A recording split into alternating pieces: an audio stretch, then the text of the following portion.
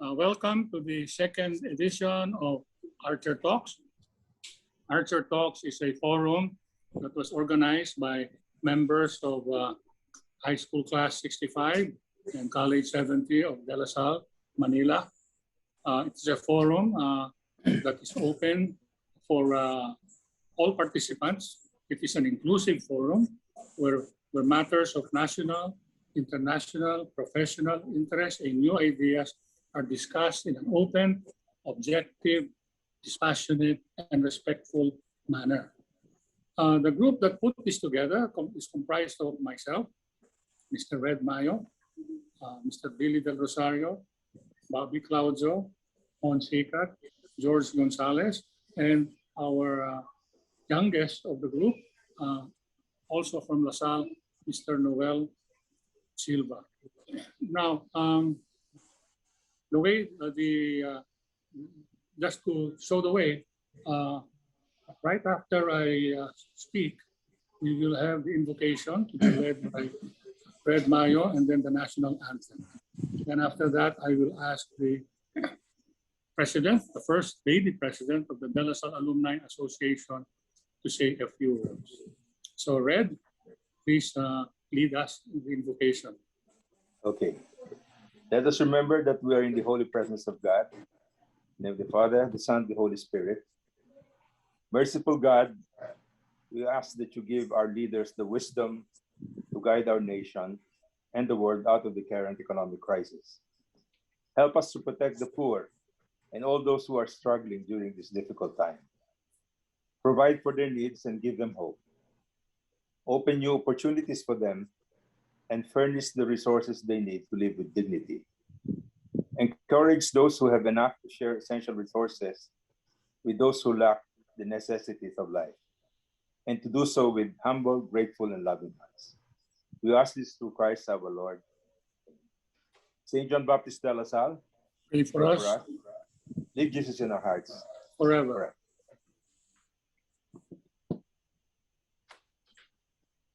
Do we have the national anthem?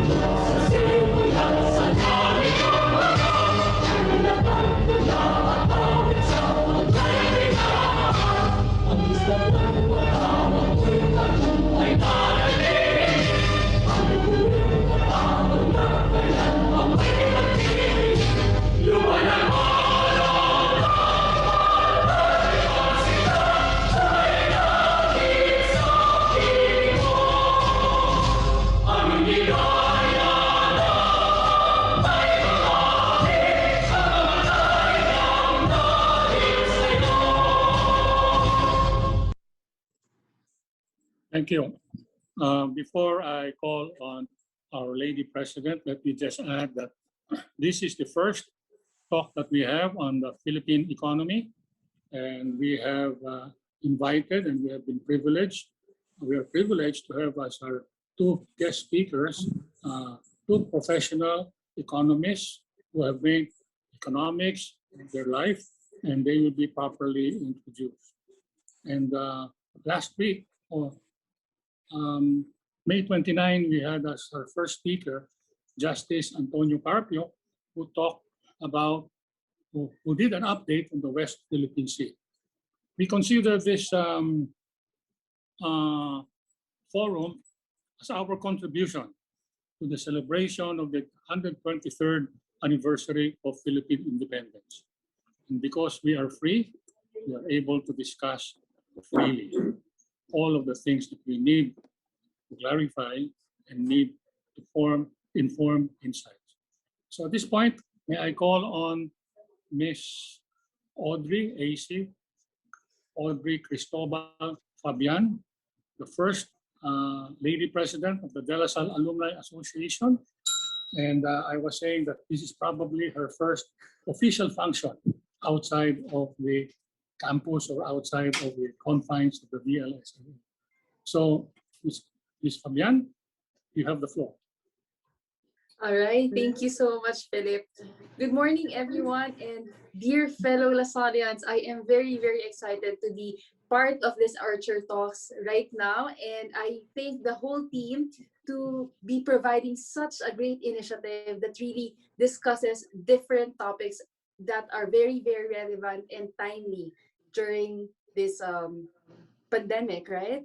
Now, I would like to urge everyone to continuously follow this kind of Archer Talks because I see value in all the things that they have been providing. Like last time, it was about the Philippine Sea, and now it's about the economy. And I cannot wait to learn more from our experts. And if ever I think you have any questions later on, our panel would be more than happy to address it. And for future topics, please do not hesitate. I bet they have all the best speakers whom we can learn from. Thank you. Now, just a few ground rules. Everyone will be muted except me and several other conveners and panelists. If you have any questions, please use the chat box.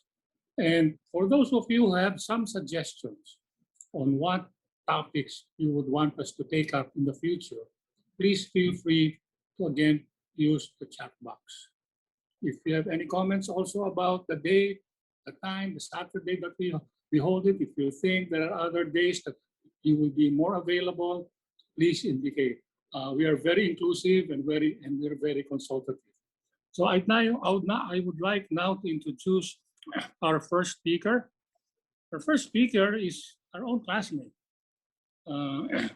Philip Medalla, Tocayo.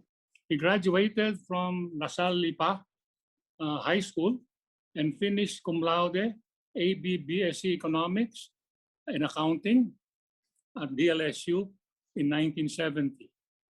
He would later earn his PhD in Economics at Northwestern University in 1983. From 1988 to 1991, he served as Vice President for Planning and Finance at the University of the Philippines, where he would later become Dean of the School of Economics from 1994 to 1998. In his final year as Dean, then President Joseph Estrada would appoint him as Secretary of Socio-Economic Planning and Director General of the National Economic and Development Authority, or NEDA. I understand he was the 9th NEDA Director General. Under his leadership, NEDA crafted the 1999-2004 medium-term Philippine Development Plan, which laid the foundation for the Estrada administration's projects towards poverty reduction, infrastructure development, acceleration of development in rural areas, and macroeconomic stability. Since then, he has served as independent director for Metro Pacific Tollways Corporation and Asia United Bank. That was from 2009 to 2011. Director of the Philippine National Oil Company and chairman for the Foundation for Economic Freedom from 2002 to 2011. He is currently a member of the Monetary Board of the Bangko Sentral ng Pilipinas. This is his second term because he was reappointed by this administration to the Monetary Board. Ladies, gentlemen, friends, it is my pleasure to call on Philip Medalla. Popoy, thank you very much for the kind introduction. Classmates, fellow Lasalites, guests, I'm glad to be here to talk about the economy, and the title I chose was the Philippine economy before, during, and after. If you remember the Chad and Jeremy song, it was just before and after, right? But in this case, the during is so long and uncertain on how long it will last that it has to be prominently featured. Can you show the first slide, please? I'm not seeing it on my screen. Are you seeing it? Yeah, next slide, please. Well, the economy was doing very well after the global financial crisis. For the first time in many decades, the economic growth was both high and inclusive. Average GDP growth was almost 6%, percentage point higher than previous 10 years, and even much higher than for the decades before. Next slide, please. In addition, it was very inclusive. Self-rated poverty was falling. Poverty incidence as measured by the Philippine Statistical Authority using very large sample, I think 40,000 households, was also falling. And hunger, which only the SWS collects, has been falling as well. So this was practically a very, very rare Goldilocks period for the Philippines, which unfortunately was ended or hopefully just interrupted by the pandemic. After the pandemic, will there be a recurrence of high and inclusive growth? One can argue that whatever got us to high inclusive growth is still there, and the pandemic will not make it disappear. And therefore, with the right policies, we should be able to recover the pre-pandemic growth. By the way, that's not the same as recovering the income levels that could have been had there been no pandemic. In other words, the growth will return, but it will start from a much lower base. So in that sense, unless growth accelerates further, our income levels will be permanently lower than what would have been without the pandemic. Okay, so this was a very, very costly pandemic. Okay, next slide, please. Well, one of the reasons for my optimism is before the pandemic, much of the economic growth was due not to inputs, not due to more capital expending, not due to more employment. In fact, almost 1/3 of the growth is due to those factors of production becoming more productive. We have a measure called incremental output ratio, the amount of capital needed to produce 1 peso of GDP. And that started out as 9 in the 1980s, and now it's down to 3.5. In other words, we need a lot less capital now to generate more labor income, more profits. And without that, growth would have been 2 percentage points lower. Now, what explains that growth? The next slide, please. One possible explanation is the rise of more productive sectors in the economy. As you can see in this plot, there are 3 types of workers. One is the government, the lowest. The other one is initially the highest, self-employed, unpaid family workers, and household employed workers, which are largely maids and drivers. Then the black line, which was initially lower than the red line, was employment in the corporate sector, excluding government and household, wage and salary employment. And you will see that that overtook the red line. And to the extent that that sector is much, much more productive than the rest, of course, people will joke that government really does not produce anything. Then this will contribute to economic growth. But to their credit, the share of government in employment has not really risen. Okay, next slide. By the way, a best example of this, of course, is BPO, introducing so much GDP with relatively little investment. Next slide, please. The other explanation is the biggest source of growth and productivity improvement are the corporations. They are much better organized, especially the publicly listed ones, than household enterprises. Moreover, because they're publicly listed, they're also more likely to obey the rules and pay taxes. Because as you know, information given by the company to shareholders is useful information to the taxman. So it will also improve the way the government can collect taxes. So as you can see in this chart, the blue line was initially, in terms of savings, it was initially below the red line, the household sector, but now it's much higher. Okay, I don't think these factors will disappear. So I think we will have ability to grow the moment the negative effects of the pandemic on the economy are relieved. Okay, next slide. Also, we have favorable demographics. In every country now, because of lower births, the fastest growing part of the population are 65 and older. But in the Philippines, they are a fairly small share, like 6%, and therefore it's not a drag on growth. As in Japan, where they're, as it's shown in the next slide, can you show the next slide, please?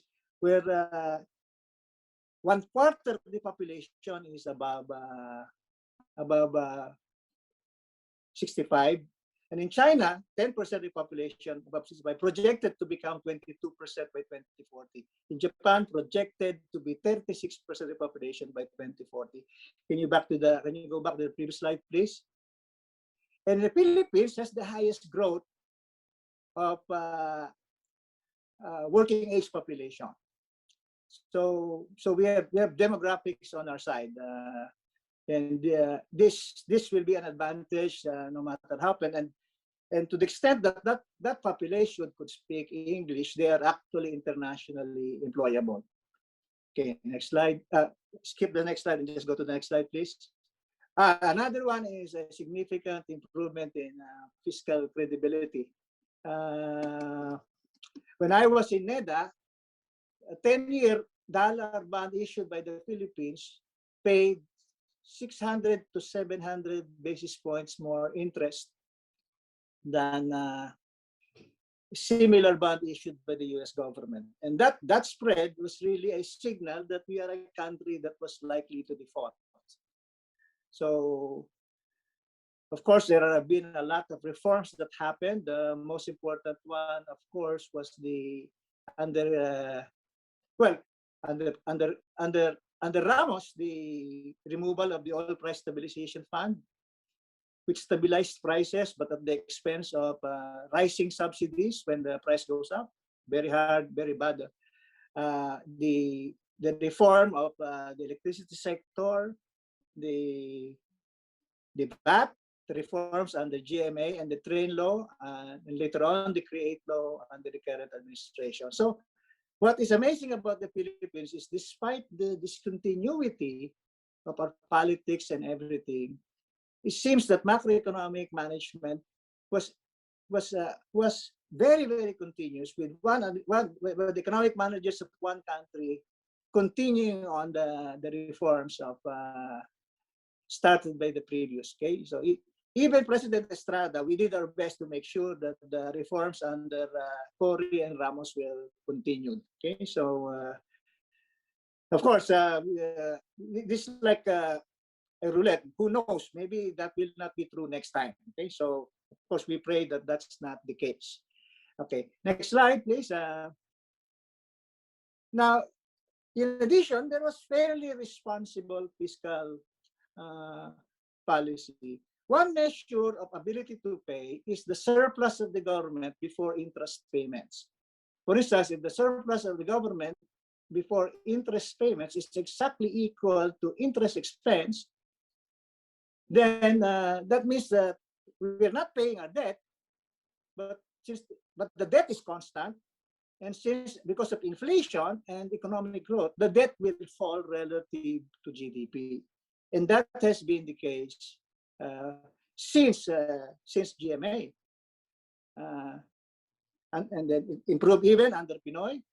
Under Duterte, it fell, but much of the money went to infrastructure, which is not a bad idea, right? So, but of course, as you can see by the large drop in the blue line plunged to almost minus 1 trillion. Okay, deficit of what? There was we were actually now no longer just borrowing to finance infrastructure. We were borrowing to finance interest payments, and we're borrowing to finance a lot of current expenditures. By the way, that cannot be avoided. To cut expenditures at this time would have been suicidal. Okay, but again, that will be a problem that will restrain growth later on unless addressed correctly. By the way, most of the solutions are I'm sorry, for some reason okay, I just, oh gosh, I forgot to plug on I'm sorry, I ran out of battery. Now I'm plugged on. Okay.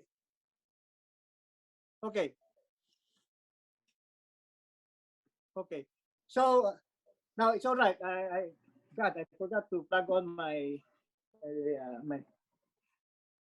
iPad. Okay, so next slide, please.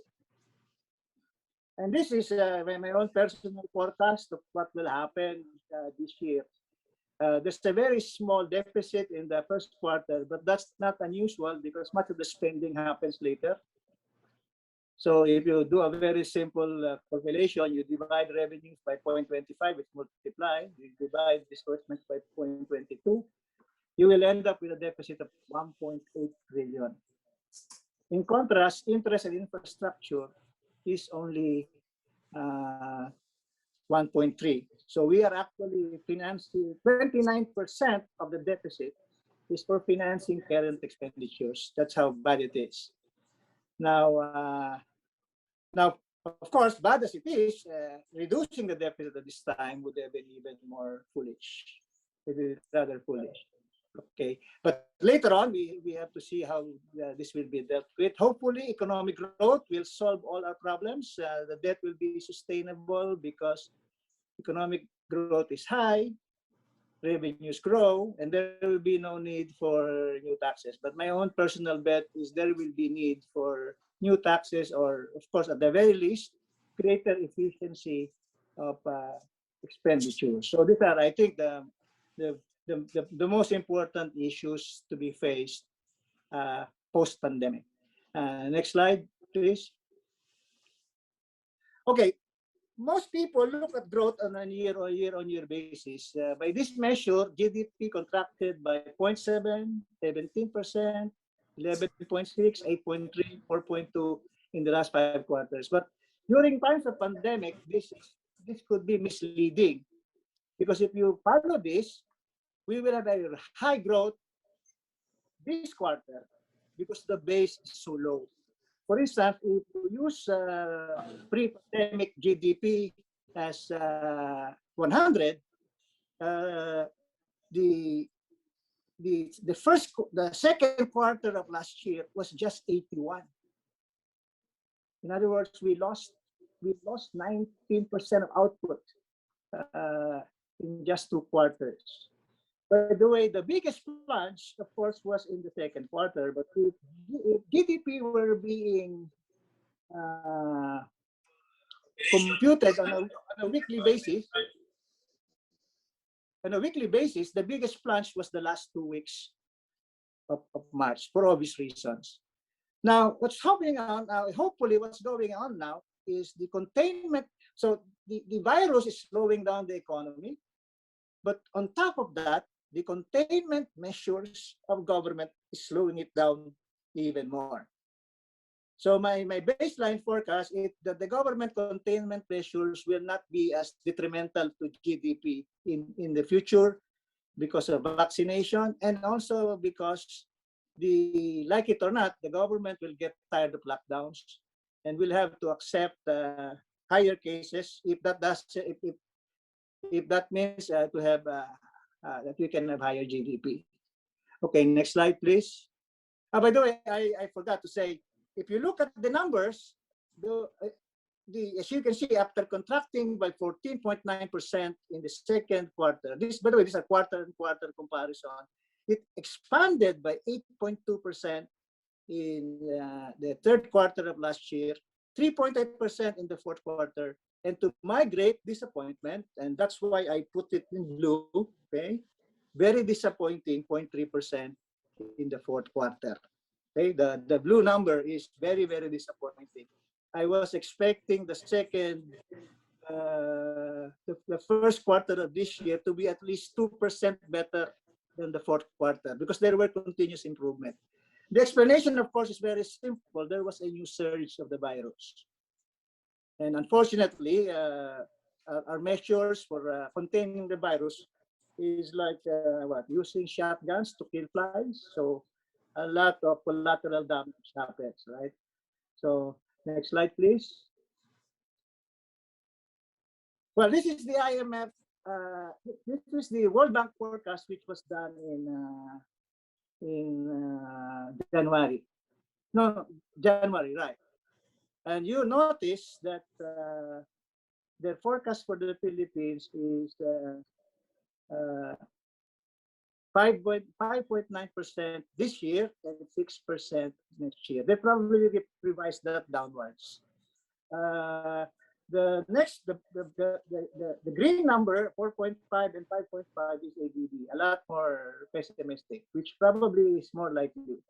But and then finally, the IMF seems to be most optimistic, 6.9 and 6.5. But even as we speak, I'm talking to them, they're revising the figures downwards. So there'll be somewhere in between the ADB and the World Bank number. So maybe 5. My own fighting target for the government is 6%, although the government says 6 to 7. These are not impossible, but there's so many things. The other thing I like to point out is when you look at the errors of the World Bank predicting 2020. Remember, they were making the forecast in the middle of 2020, and yet they were still wrong by 6.2%. By the way, they were actually wrong by 7% because the estimate of GDP was 8.1, minus 8.1 rather than minus 9.6. So why are we the most difficult country to forecast? Why was the Philippines the biggest surprise to the IMF?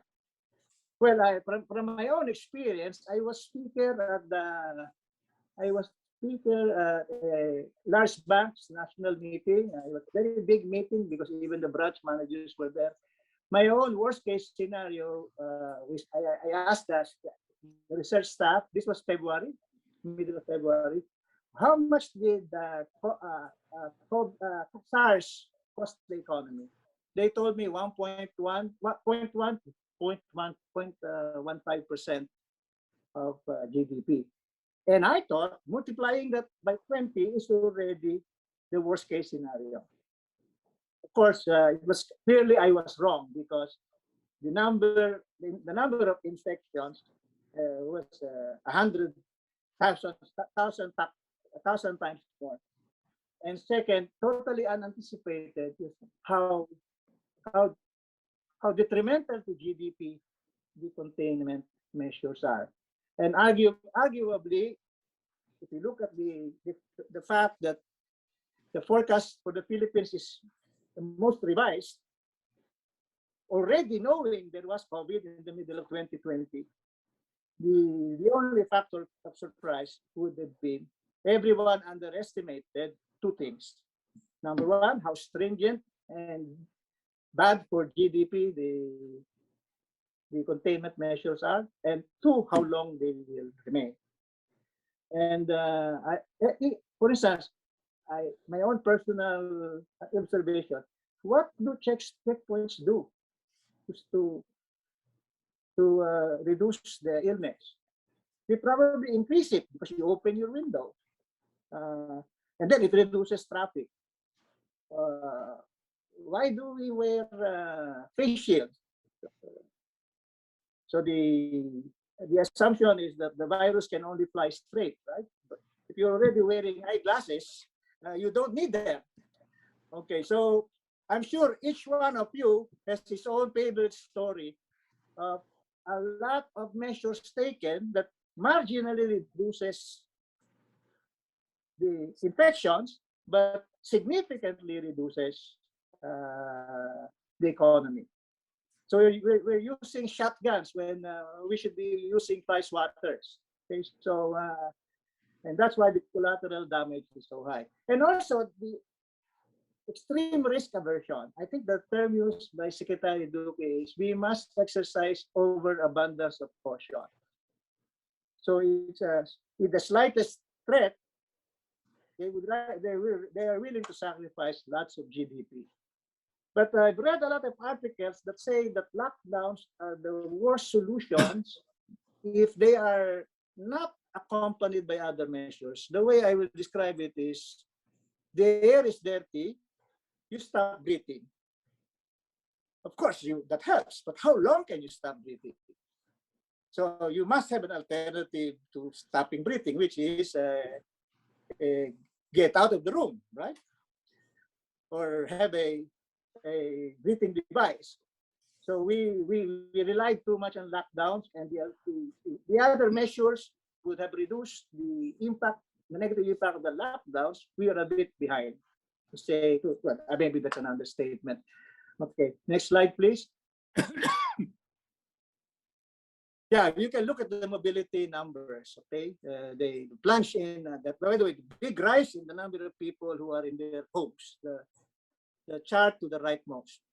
Then everything was improving, and then a spike again near the end. Well, the good news is, in spite of the lockdowns, the private sector has adjusted so that the lockdowns hurt a lot less now than they do. The best example is the surge in the sale of motorcycles to answer the mobility problem and the social distancing problem. Surge in the sales of laptops, increased work from home, and first finding also innovative ways to make the pandemic hurt less. So we will notice that despite the fact that mobility indices have not improved too much, there was quite an improvement. There was quite an improvement in the economy. But unfortunately, as I said, the surge in March and April significantly reduced progress. But I think we lost a lot, at least 2 percentage points of GDP because of that surge.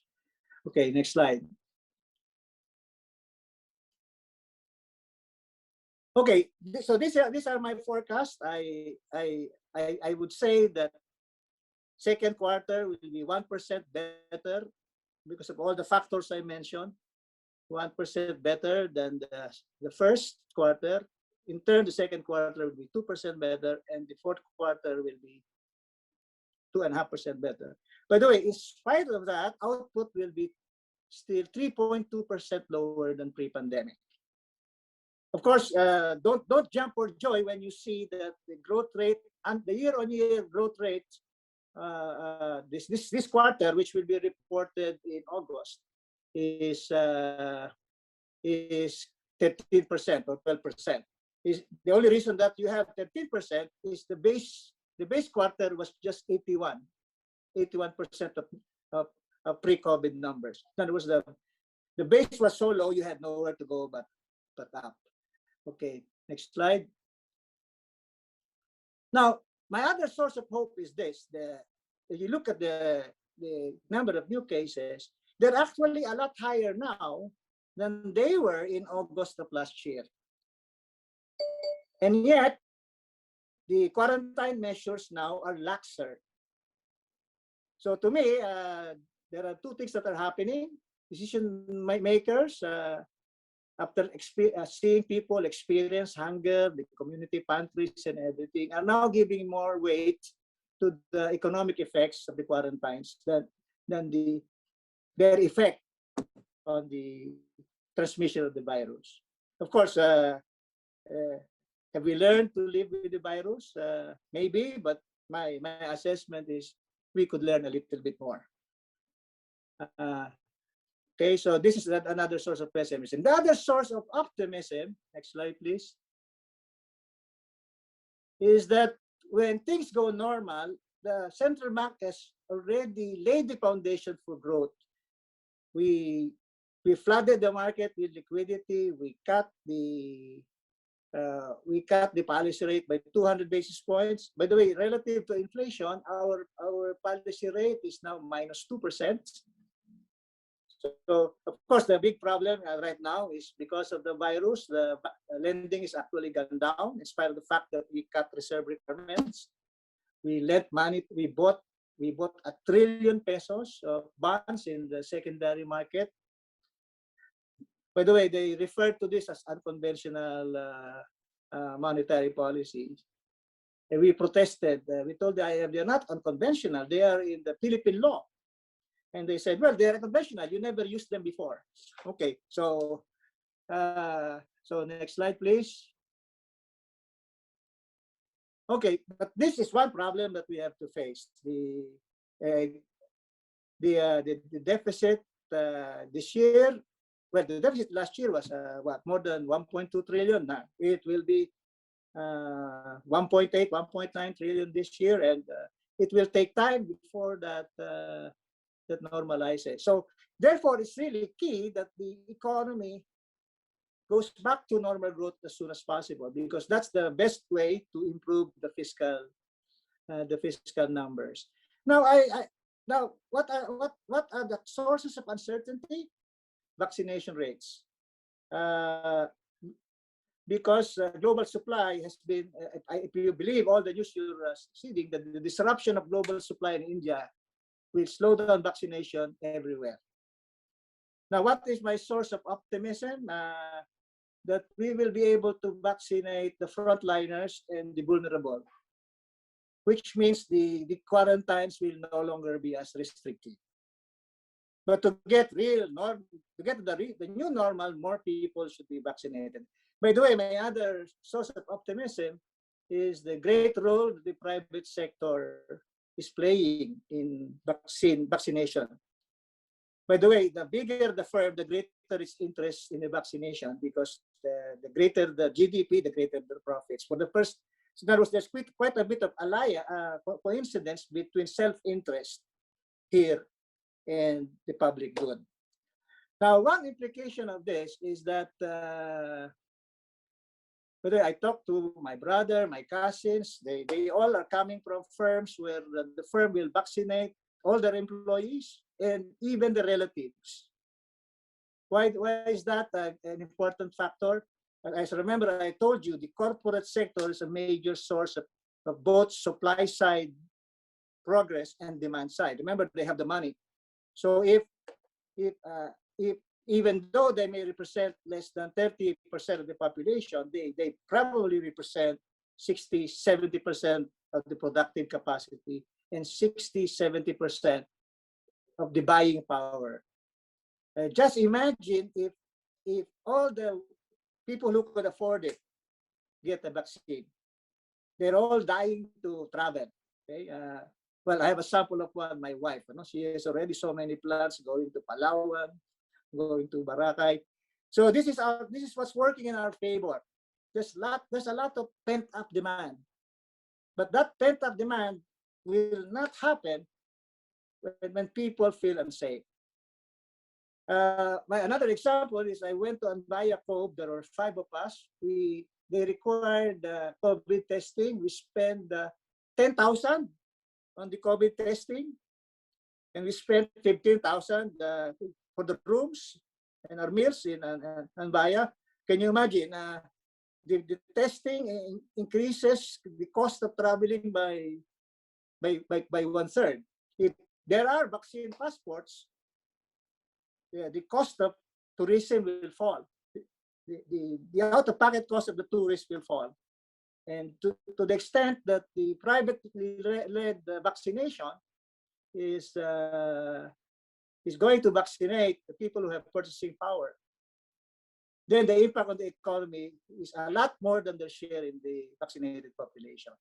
Now, of course, a lot of things can go wrong. Okay, next slide. Okay, although the low interest rates will make the debt problem more manageable. As you can see, the share of interest in total expenditures is falling.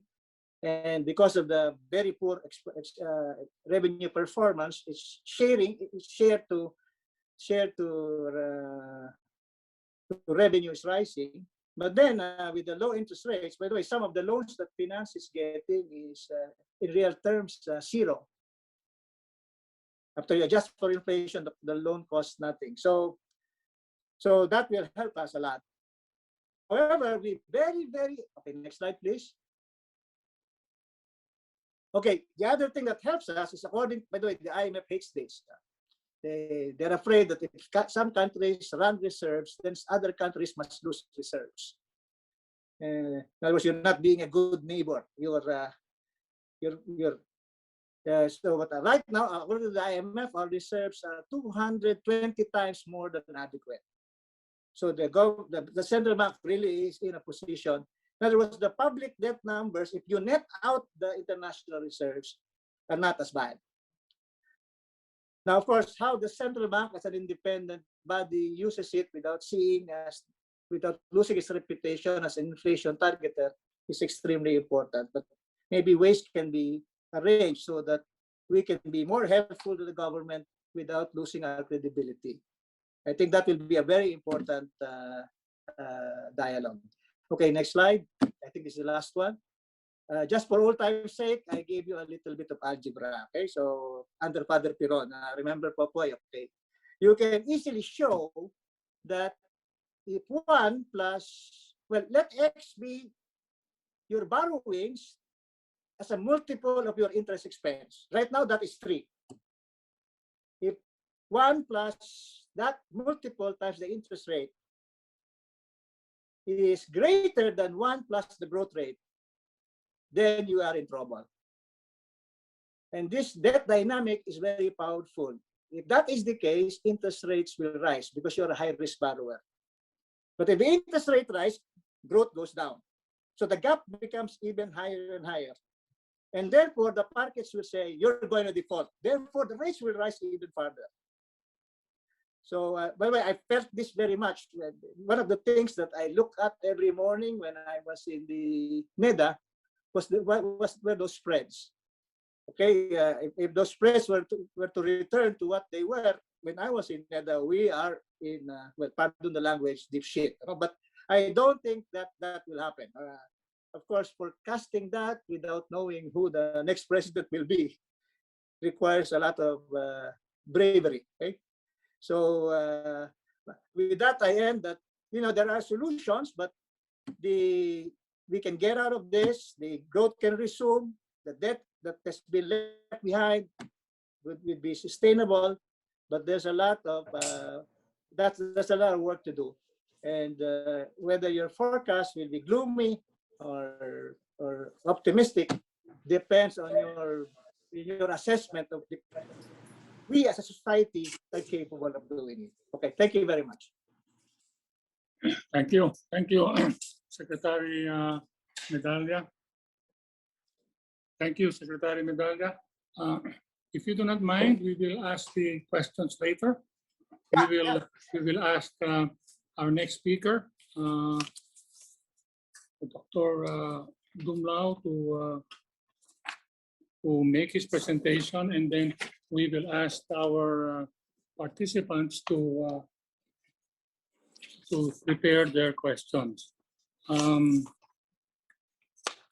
Dumlao, Luis Dumlao is the Dean of the Ateneo John Gokongwei's School of Business. He is a PhD in economics from Fordham, a former director or a present director of the Philippine Economic Society. He has been credited with many research papers. This is the formal title of his talk.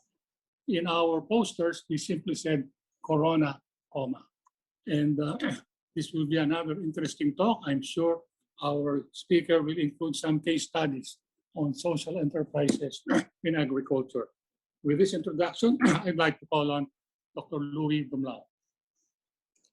Thank you, Philip. I just want to acknowledge and thank Philip.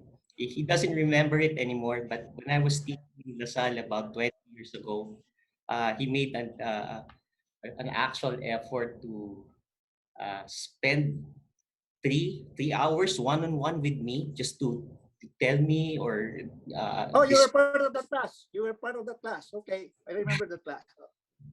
because he told me the history of I had a Lasal wonderful Philippines. Yeah, and the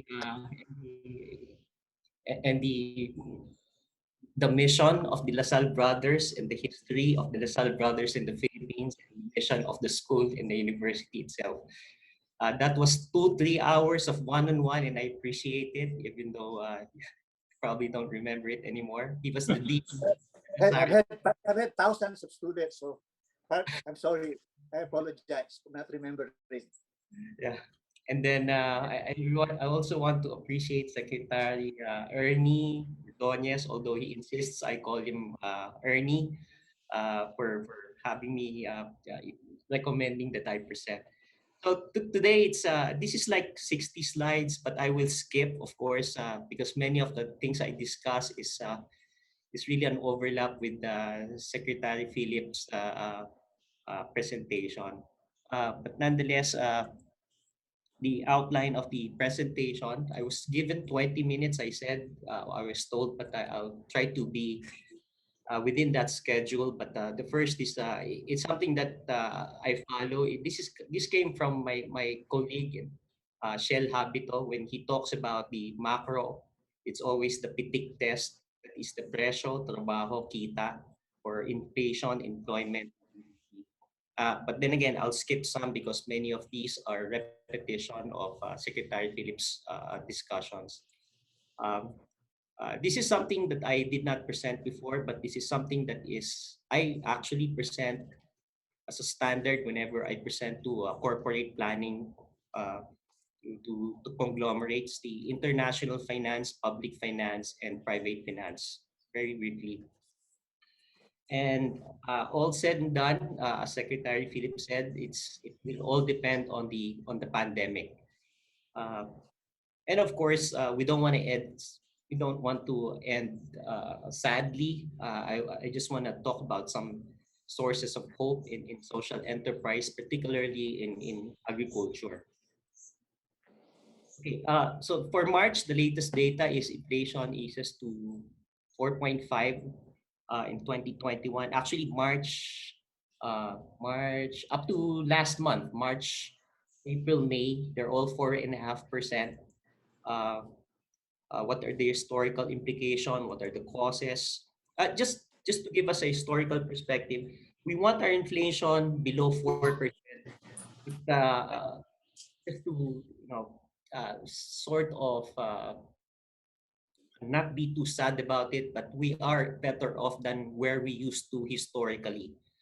So inflation historically, shocks are usually externally driven in supply side.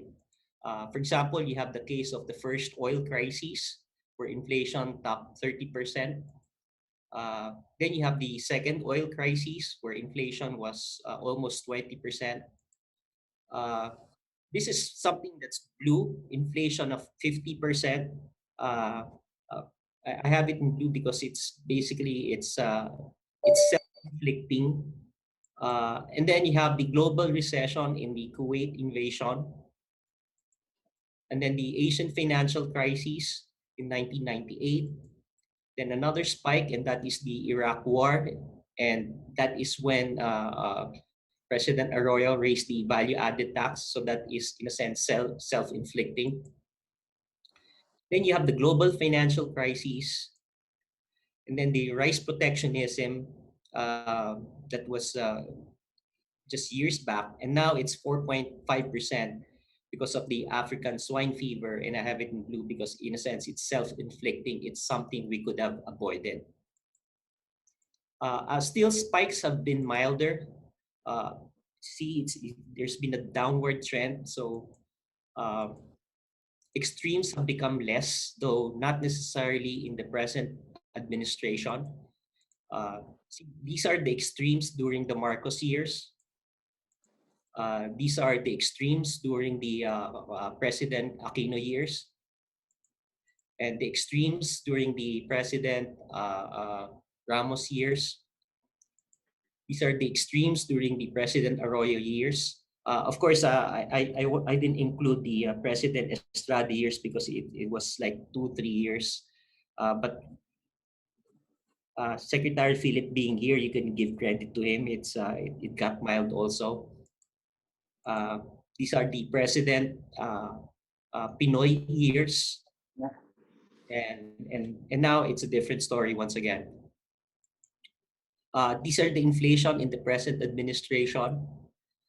So again, it's now it's expected to be 4.5, above 4% the rest of the year. And you would see here is what you have is a 4.5% inflation in May. There's a saying, what goes up must come down, and what we're seeing here is what goes down must come up, in a sense. And the inflation here is mainly on food, and that thanks to the African swine fever. And in a sense, it's peaked on 4.8% in April, and it will start to go down the rest of the year. And of course, the case of the transport, it's now the transport inflation is now 17 and 16%, and it has to do with May of last year because of the Corona coma. Philip gave me this this nice we call it CORONACONOMY, but I said that's good. That's good soundbite, but I call it Corona coma because I'm just basically quoting what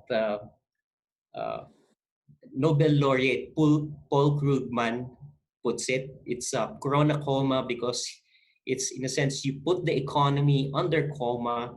It's a coma-induced economy to kill off the virus. You shut down the economy, and because of the Corona coma, the price of oil went down to $30 per barrel precisely last year, May last year, and May this year. It's now around $60 per barrel.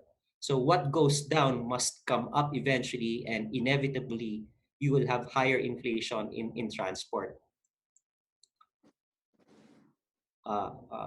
And what you have here is the inflation in meat at 22%, inflation in transport at 16%, and inflation in operation of personal transport equipment at 25%. And that's basically why we have inflation that is over 4%.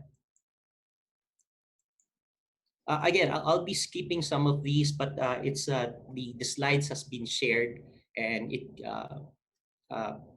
and the organizers may have the liberty to share them. In terms of the region, you will see that inflation is really concentrated in Luzon, apart from NCR. And so the Cagayan Valley, Central Luzon, Calabarzon, Mimaropa, and the Bicol region, and that is precisely because of the African swine fever. What goes up must come down. In this case, what goes down must come up. So the inflation in 2018 of October at 6.7%, and the price of oil then was about $80 per barrel. And then because of the Corona coma, COVID troughed at $23 in April of 2020. Now it is $70 per barrel.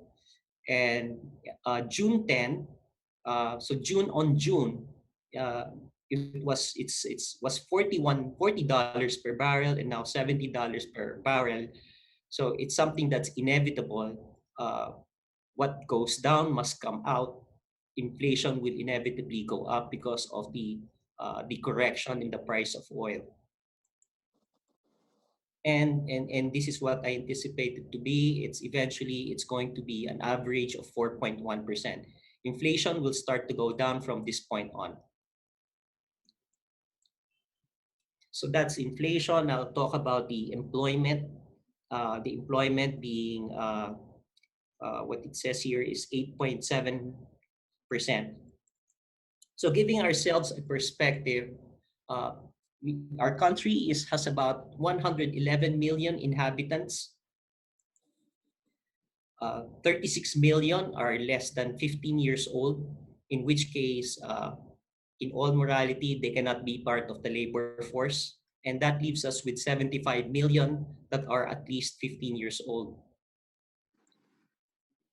Among those 75 million, 47 million are labor force participants and 28 million are not participants. It could be something that it's because they just, International Labor Org defines that if you are not looking for work and you don't want to work, then you cannot be classified as either employed or unemployed. You're just not a participant of the labor markets, which leaves us with 63.2% as labor force participation rate, and that's the government data. That is 63.2% of the blue and the brown. Then you have unemployed 4 million. So, and government data says 8.7%. So that's 8.7% of the green and the blue.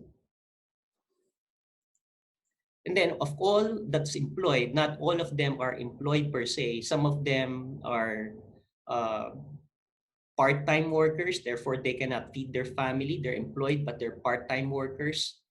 Or they are employed except they are not earning enough, and that's 7.4 million. And that is the 17.2% that's in the data. So this is the yellow and blue. So that's 17% of the yellow and the blue. And then of course, luckily, well, not luckily, 550,000 of the non-participants are OFW workers. That's 550,000 of the 2 million, because pre-pandemic, you have more than 2 million that are deployed abroad. But now it's down to 550,000 because of the CORONACONOMY. But we are starting to redeploy them as economies open.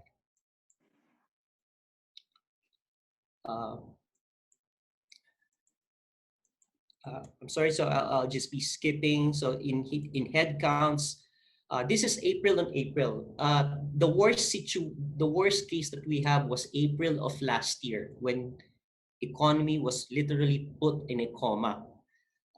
And what happened now, comparatively, it's not still as good as normal, but what you have here is you have 9.4 million here that's created the jobs.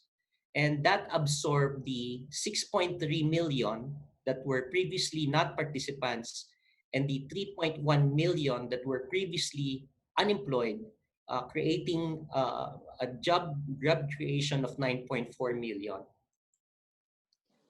But despite the creation of 9.4 million jobs, there are 1 million additional underemployed. That means 1 of the 9 million jobs that's created are not quality jobs.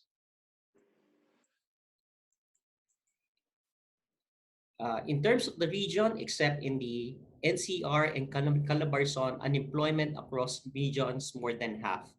So here you have 17.6% nationally. Then it's almost half to 8.7%. So it's everything, and all the numbers in this column is half of this, except for the National Capital Region. The National Capital Region, the unemployment actually increased, and Calabarzon. And the lowest unemployment is in Zamboanga Peninsula. Headcount, Central Luzon created 1.3 million jobs.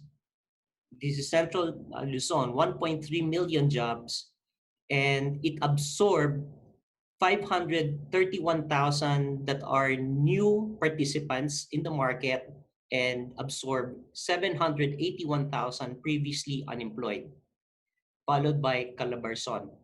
Again, these are, in a sense, good news, but this is not entirely good news because what goes down must go up. It's just, these are just adjustments towards the new normal, but we are not at the new normal just yet.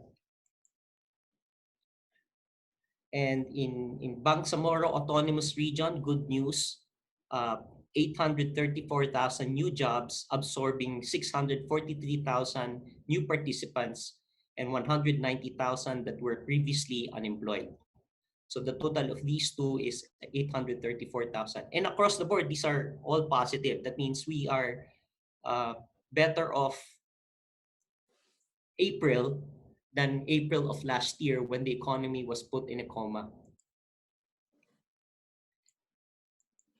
So allow me to skip this. This is the by industry. Again, the slides will be shared.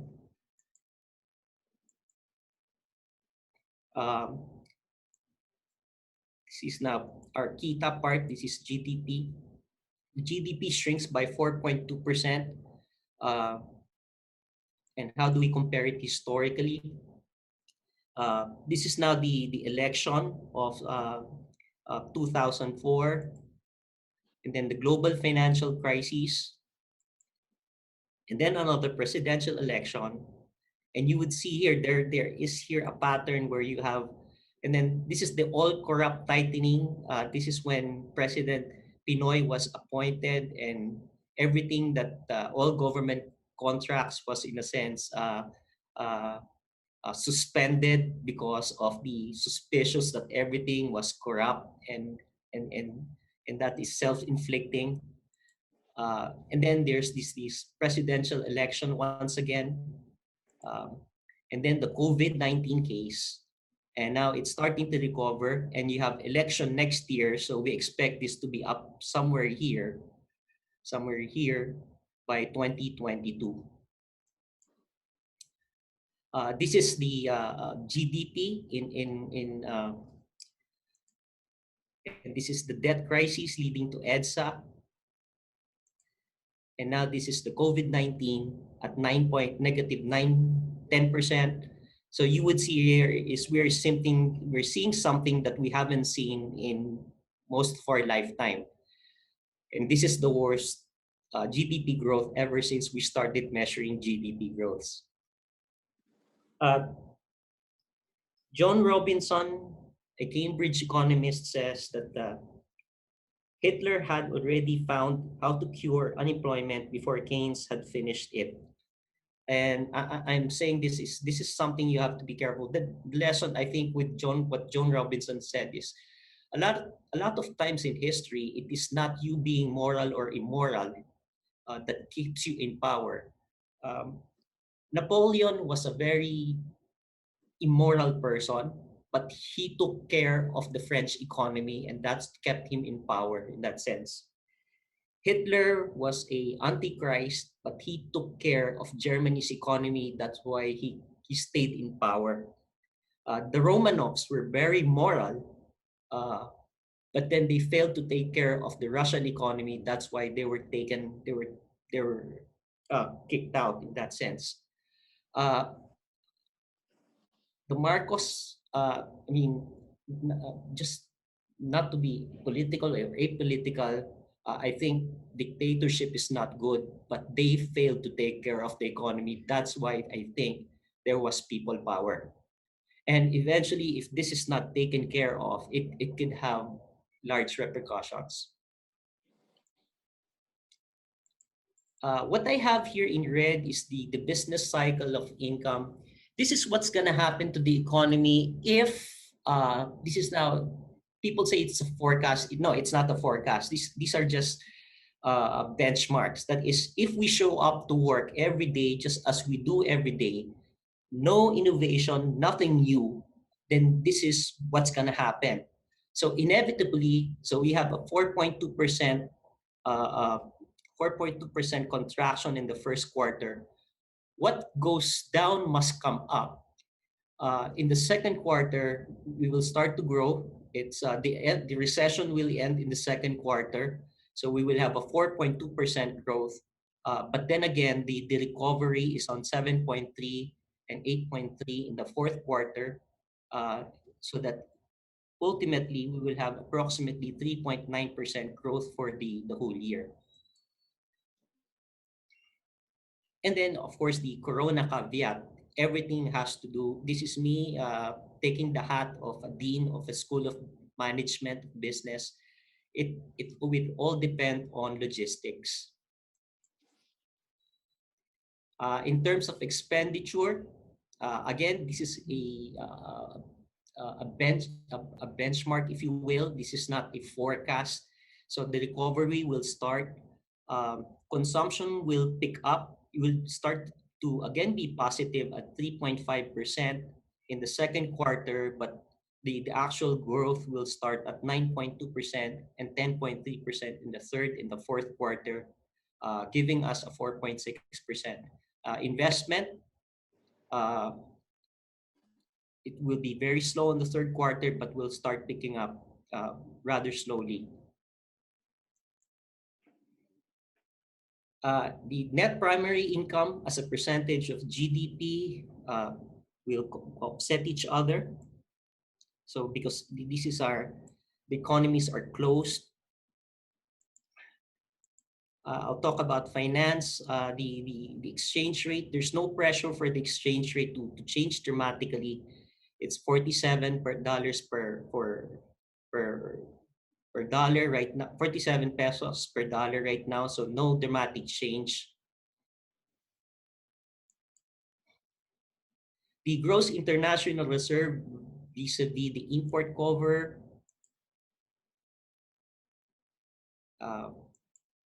So I'm running 20 minutes now, but again, I'll share this. I have to start picking which ones might pick interest. And the reserve right now. Louis, take your time. Go ahead. Yes. Okay, thank you. Okay. So the reserve was at its highest in December 2020 at $110 billion. It is now $108 billion. And the exchange rate is 48.46.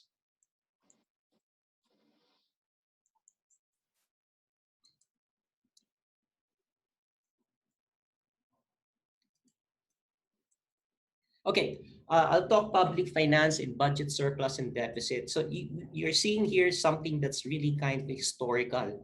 Of course, these are the President Aquino years. This is the President Ramos years. And these are the only times we have had budget surpluses. This is the orange one is the President Estrada years. The blue ones are the President Arroyo years. And this one is the President Aquino years. And now we have this almost unprecedented budget deficit of that is equivalent to 7.6% of the GDP. But I dare say that we should not worry about this deficit because what we see here is this is now the public finance debt and the total debt. What I have in green is the foreign debt, and what I have in red is the peso-denominated debt. So the story here you would see is as debt grows to 8.2 trillion, you see all these debt increasing through the years, and it's grown to 8.2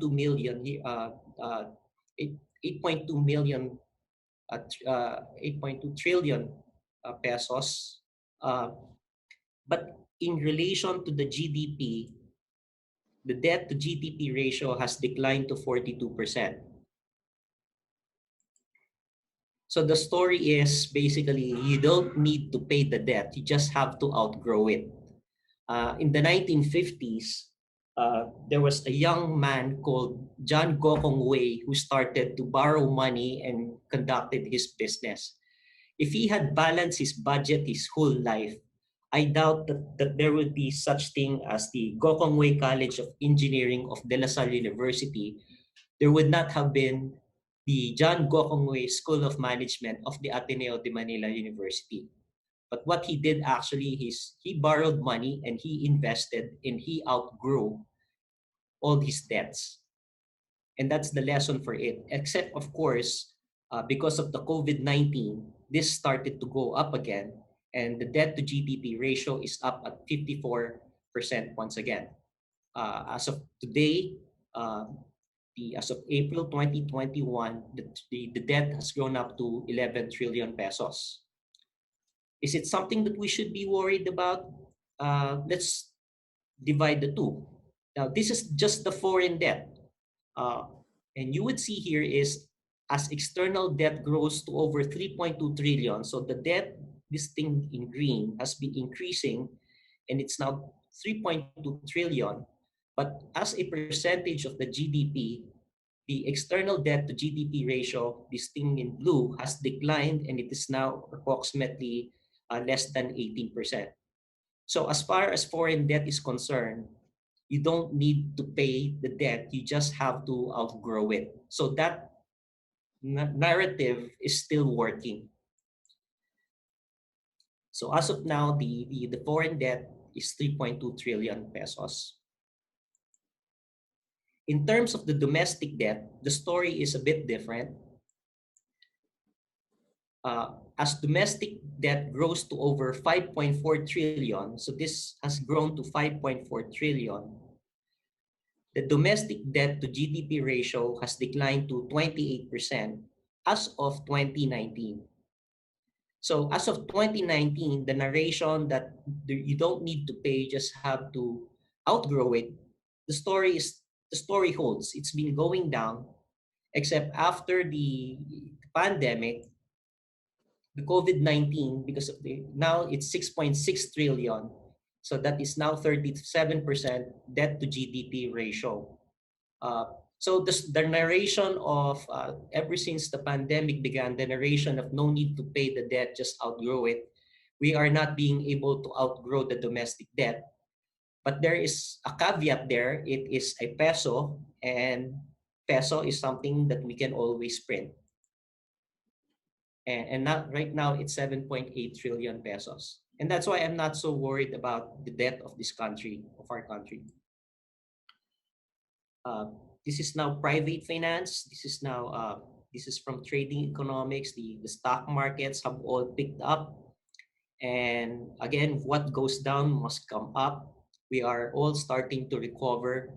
But then again, it's not really back to normal just yet. Economy in pandemic, and this is why we need the rest of the world to recover. Why we need the world, for instance, for us, is $149 billion or 7.5 trillion worth of trade in 2020. And that's how big it is. And our biggest trading bloc being ASEAN, it's 32.5 billion dollars. Our biggest trading partner now is China, $29 billion. China is our biggest trading partner only because we import so much from them.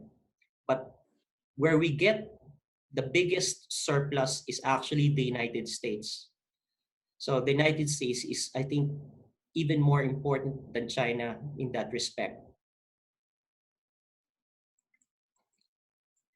The total trade of export and import, you have the recovery, the global financial crisis, and then the total trade peaked at 13 trillion or 72%. And then because of the CORONACONOMY, now it's 10.6 trillion pesos or 61% of the GDP. So that is how big total trade is, and that's why we need the whole world to recover. The global financial crisis was something that hit the Europe and the United States, and that is where they have to recover. But this is something that is new because this is the whole world suffering from the pandemic, and we need each other. And it is not something that a certain region in the world has to recover, but this is a case of the whole world needing to recover, the whole human race needing to recover.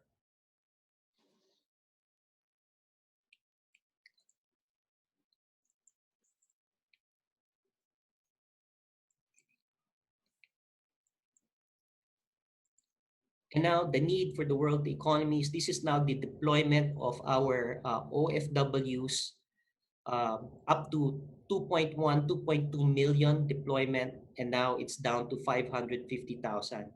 So again, we need the world to recover for all of us to recover. In terms of tourism, the contribution, so in head counts, it has been going up every year. We have 8.3 million tourists in 2019. And then the contribution is 3.13 trillion pesos, or 12.7% of our GDP. The contribution to employment is 5.71 million. That is to say, 14 of every 100 employed workers are dependent on tourism. And this is not going to recover until the world recovers. So we are dependent on each other. As of June 10, from July 20 to March 20, you see this, this is not a problem. It's increasing, but you see it's increasing at a decreasing rate.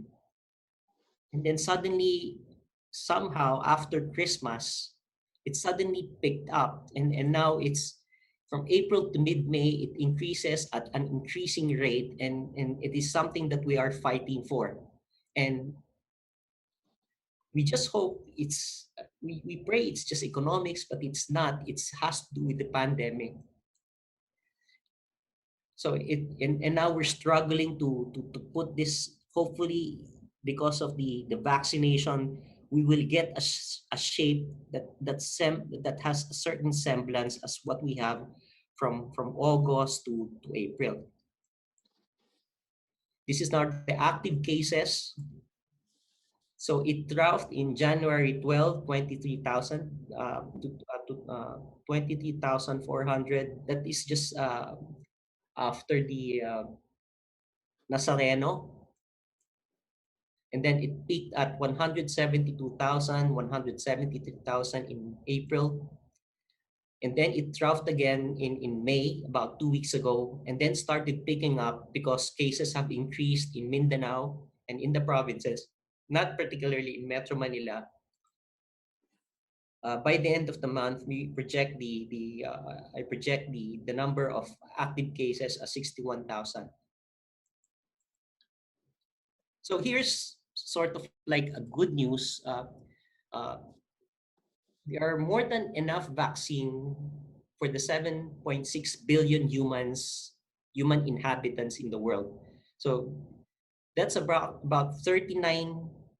By the end of 2021, we will have 15 billion vaccine shots as opposed to the 7.6 million. So in the end, it's not the number of vaccines, but it is all about logistics. It's not about the economics. It's about our logistics people being able to distribute the vaccine. That's the fight.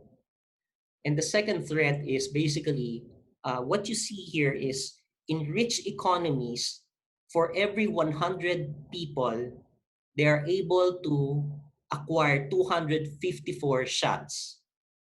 Whereas in poor countries, for every 100 people, we're able to acquire only 14 shots. So is it because the high income countries are irresponsible? No, they do that for their own interest, and they do that because eventually they want to share what they overpurchased. And for that reason, the second threat, I guess, is rhetoric. If our allies have overbought many of these vaccinations and we keep on mouthing them, then it's not going to help. It's not going to help that they would give us as donations many of the vaccinations that they have overpurchased. So why we need the world to recover our trade dependence of 11 trillion pesos per year, our dependence on net primary income from abroad worth 2 trillion pesos, that's the OFW, 8 million and growing number of tourists, resulting in 3 trillion worth of revenue and 6 million in employment. That's all lost during the pandemic, and we need the whole world to recover to get this back. Uh, but I will end with some hope. This is something that Secretary Ernie Ordonez asked me to talk about, the hope in social enterprise. So what are social enterprise? Once upon a time, there are three sectors. There's government, non-government organization or NGOs, and the private sector. And now we have this social enterprise. And what is the social in social enterprise is that there is value creation for society. What is the enterprise in social enterprise is that there is financial sustainability. Unlike NGOs who rely on donations, social enterprises are businesses that actually are financially sustainable. They are innovative, causing creative destruction. And let me explain what this creative destruction is all about. So two stories. One is the organic options, the story of Nonong Velasco's lunch experience. Nonong Velasco was a person who cared about the poor, and one day he visited one of the farms, and he felt dizzy all of a sudden while visiting the farm, and he said, what was that caused him the dizziness? And the farmer told him that it has to do with the chemical that being supplanted into the plants, in the crops. Eventually, he was invited for a lunch, and he joined the family, the hosts, for lunch. And then, of course, it's vegetable. And he was really concerned. He said, he asked the natural question is, aren't you scared of what you're eating? To which case, the host told him, oh no, what we plant is something we don't eat because of the chemicals. What we eat is something that we plant separately. And to which case, that's where he found a market, organic options. That is, there is a market for healthy food. Of course, organic is something organic also, but it's not just organic per se, but he followed the International Federation of Organic Agriculture Movements Asia definition of organic food. And that's his product.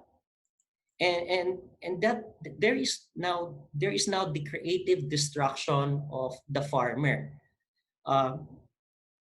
Pardon me, but no jeepney driver should ever dream his or her daughter to be jeepney driver also. And in this case, no decent farmer should ever dream his or her daughter to be farmers also. But you have to dream for the farmer, for children to be higher. And that is the creative destruction of the farmer to make them agri-entrepreneurs, to uplift them. And you are destroying something and creating something that is more beautiful. Another story is the case of the Seed Corps, where Rob Crisostomo on deforestation, he was really concerned about deforestation, a young man really concerned about deforestation. And the problem is he changed the incentive to forestation. And this time, this is the case of the creative destruction of the forestation by the fruit-bearing tree forestation. We keep on telling people to plant for the sake of forestation, but it came up eventually with the innovation of why not have fruit-bearing tree to be planted. In that case, there is an incentive for people to take care of what is being planted. And then there is also the business side of it, in that he found out that the local demand for cocoa products of 40,000 metric tons is less than the 10,000 metric tons of production. So there was a market in cocoa products, and therefore eventually the creative destruction of the stewards by the community micro entrepreneurs. we expect people to be stewards. That's good. We love people to be stewards. They take care of the forests as stewards. But if you have fruit-bearing tree forestation, it's not just taking care of the trees, they become community micro entrepreneurs. And thus the creative destruction. And so with that case, there's this new trend right now. There is now an estimated 164,000 social enterprises in the country. So many of them. 4.7 million beneficiaries, and many of the local, mostly the beneficiaries of the local community, the organizations and farmers and landless rural workers. Of course, this is not without challenge. There are financial constraints. But I leave it to that. Let's talk about the level playing field. Social entrepreneurs also need help, but still, as economists, we still believe in level playing field. So we have two farmers here. We assume one to be the Filipino and one to be the foreigner. And this is now the level playing field, which we all support. But let's also be careful about the level playing field. This is now the case of the Filipino, and this is now the case of the European or the American or even the Chinese, who is not just a farmer per se, but gets support from the government through subsidy. Now, the question is, it's not, I leave it to you to answer is this really a level playing field? When we open up the economy and our farmer is left on its own, on his or her own, and they are competing with someone that is supported by government, their government. Let's think about that. You know, let's just try to be careful when we speak of level playing field. I end this presentation, so it's overextended, with the quote: "How selfish soever man may be supposed, there are evidently some principles in his nature which interest him in the fortune of others, and render their happiness necessary to him, though he derives nothing from it except the pleasure of seeing it." That is, it is part of the human nature to be happy when when he or she sees others succeed, the poor succeed. But he or she also derives sadness when he or she sees the poor suffer, even though he or she has no direct financial benefit or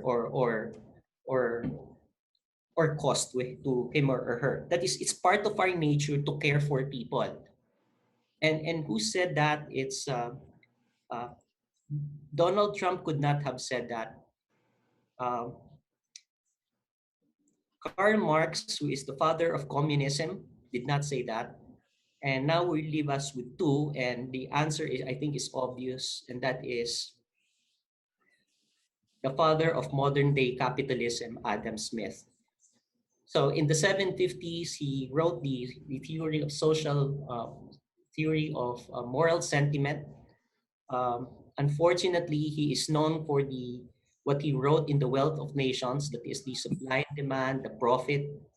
But believe it or not, for Adam Smith, the profit is about us being able to help people. And that's why I think there are so many social enterprises are there, because the young people are being honest to themselves that they accept the fact that happiness is derived from being able to help people, as opposed to just what started in the 1950s, thanks to the modern day MBA schools where profit is money. For Adam Smith, 200 years ago, profit is actually competition to help people. So sorry for the extension. So maligayang kasarinlan, mga Lasalista. Salamat, San Juan Bautista de La Salle. Thank you. Thank you, Dr. Louis. Dumlao, I noticed that your graphs was ecumenical. You had green, blue, and also maroon of UP. Anyway, I will now, what we will do is I will address the question specifically to the speaker so that we can handle this more efficiently. First question is to Secretary Philip Medalla. there is a premise here. The Philippine economy classification using 4 economic categories of economic status. That is from the lowest, the poor country, emerging economy, market, emerging economy, emerging market, developing economy, and developed economy. Unless you have another or different classification or category in your professional opinion and evaluation, what category was the Philippine economy in before COVID-19 with President Arroyo and President Noynoy Aquino and 4 years of the Duterte administration? That's the question, Philip. Okay, we're still an emerging economy. And if you measure, the problem with these international classifications is they use US dollar. So actually in US dollar, we did not do so badly because the peso actually appreciated. So we are a lower middle income. We're approaching lower middle income. So we're not so poor, but we're not rich either. Okay. But I guess a better classification is we are an economy that exports a lot of people, and that makes us different. Not all economies are like that. Okay, thank you. That creates special characteristic to our economy. For instance, it makes importing COVID easier. On the other hand, it makes us more resilient because the high quality of people we export means when imports and exports collapse, remittances do not. And this explains why the peso is so strong. There was a huge drop in imports,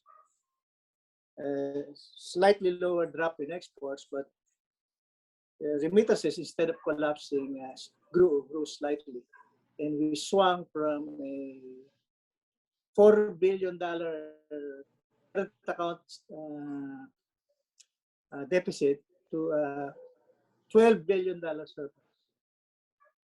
from 2019 to 2020. So I guess if I'm to look at the Philippine economy, I'll say it's a country where people who do very well sleep in different time zones. BPO remittances. So I guess the question is why? Why do you have to sleep in different time zones to do very well? And I think the short answer to that is the way our society does not punish people who do bad things to the economy. Okay, so the great economist Donald Douglas North says that's the biggest factor, the extent to which society's institution prevents you from doing certain things. Question for Dr. Dumlao. Please explain what you mean by, quote, rice protectionism, unquote, around 2018 based on your chart. This was calibrated rice importation. There was calibrated rice importation under President Aquino, so the country over 6 years experienced neither rice shortages nor rice price spikes, except for a brief event manipulated by a few rice traders. There is unlimited rice importation now. This has led to palay prices sometimes lower than farmers' cost of production and the disappearance of 27 peso per kilogram and 32 peso per kilogram NFA rice. The rice protectionism was, I think that was 2018. For some reason, we just failed to import rice. And that led to the increase of rice. And that led to the peak inflation in 2018. eventually the rice was basically we import in quotas, and then eventually with the so-called rice tarification, we started to no longer import rice in quotas, but rather in tariffs. Uh, Imported rice, what had to do, and that led to the improvement in the price of rice eventually. Uh, the unfortunate thing of that is the tariff that was collected was supposed to help our local farmers, but again, it's probably a logistical problem. Not accusing anyone of corruption, probably just a logistical thing. We were not able to distribute the revenue to our farmers. Yeah. Popoy, can I Yeah, add go ahead. some? Well, one lesson we learned from our history is never let bureaucrats decide how much can be imported. Okay, they'll make huge mistakes, or the process will be corrupted. Uh, so the beauty of tarification is the money goes to government, not people who pay for who get the exclusivity permits, and then they share the largest rents with the approving authorities. The big problem with rice was that I think Cynthia Villar inserted a provision there that 10 billion of the revenue will be spent for improving farmer productivity. Again, bureaucrats doing it. That's together with politicians. You're almost guaranteed failure. We will be better off if we just gave the money to the farmers. Okay, did the census to the farmers who were hit by the crisis, by the liberalization, and gave them the cash. I think this is one lesson we have learned. That's why the Pantawid Pamilya was very successful. We give the money directly to the households that have children who keep themselves in school. So I think my advocacy is if there are problems and you get government to solve it, unless there's accountability, the money will go elsewhere, and you will never achieve the purpose that it was meant for. So one has to be very, very skeptical when people say we're creating a government agency to solve a problem. So if there are alternative ways of doing it, like just give them the cash, but of course even that is a possible leakage. But I think the leakage there will be smaller. So I blame that. I blame that on Cynthia Villar in putting in a provision that says Department of Agriculture will use it to enhance farmers' competitiveness. Okay. This is a question for both coming from, well, I will mention the business world, no? For Secretary Medalla and Dr. Dumlao. It's a comment, but maybe you can react. Inflation has been relatively stabilizing in recent months, although it's still beyond target for now. I understand the BSP expects average inflation for the year to fall within the 2 to 4% target, although upside risks caused by higher oil prices remain. How do you see the inflation story affecting our recovery, and how will the Monetary Board take this up for your policy? Well, the inflation story is a human tragedy. People very poor people paying high prices. It's essentially a supply shock. Again, bureaucrats deciding how much can be imported. But that's being addressed. And if the new measures succeed, we still have at least a 50% chance of being within target. Okay, so there are two types of forecasts, like 4.2, and I see BSP 3.9. I will bet even money that either one of them could be right. Now, as to the effect on monetary policy, it will not. We will maintain loose monetary, what we use the term, loose is a bad term because it is associated with something else. Accommodative monetary policy, because we know the inflation is temporary. In fact, this is again because of the big effect law. Since the prices now are high, the prices next year will be low relative to that price. So by next year, we'll be very close to 3%. And that's the reason the monetary policy will remain accommodative despite the fact that currently inflation is about 4%. Also, the weak economy, by the way, we counted the number of products that are below 2%. There are plenty. So the weak economy has also suppressed prices. If you'll notice all the things on sale, for instance, in the department store. So the conditions. So my guess is it will take a long time. We must see a recovery that's quite solid before we withdraw the accommodative monetary policy. Louis, you want to respond to that too? It's again, as Secretary Philip says, it's or has implied, these are supply shocks. And textbook and literature says if supply shock induced inflation, then the best way the best policy response is not to respond and just let it be. This is a case of, again, there's a saying of what goes up must come down. This is a case of what goes down must come up. Inflation, what at its lowest in May last year, April last year, 2.2%. And then now it's around 4.5%. If you take the average of that, it's approximately 3.3%.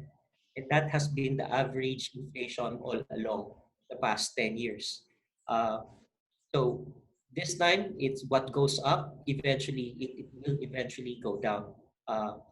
Unless, of course, something really crazy happens. We had something crazy that happened, that is the COVID-19 plus the African swine fever. The ASF is really crazy. I don't know why it happened. It's a lack of, it's something that's we could have avoided, but it was not avoided. Unless something crazy, I don't know if it's the port, what else is next? But all else being said, inflation is supposed to go down the rest of the year. But then I doubt if it will be less than the 4%.